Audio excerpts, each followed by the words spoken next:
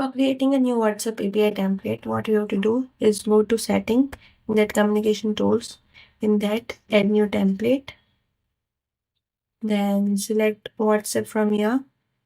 You can give whatever name you want to give to your template. Select marketing. You can select image or file as well if you want to upload an image with your message. Here you can write your text that you want to send as a message. Then this is quick reply button.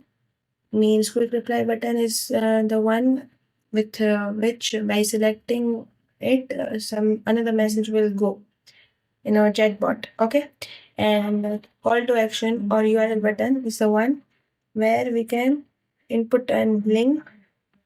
Okay, so what will happen that when the user will select this button, they will get redirected to this link page.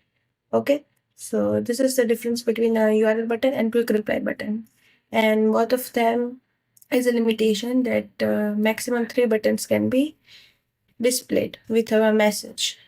Okay, after that, what you have to do is if you want to upload an image, you have to just select image or file, and from here you can select image or file from your system, and it should be less than 10 MB, and then send for review.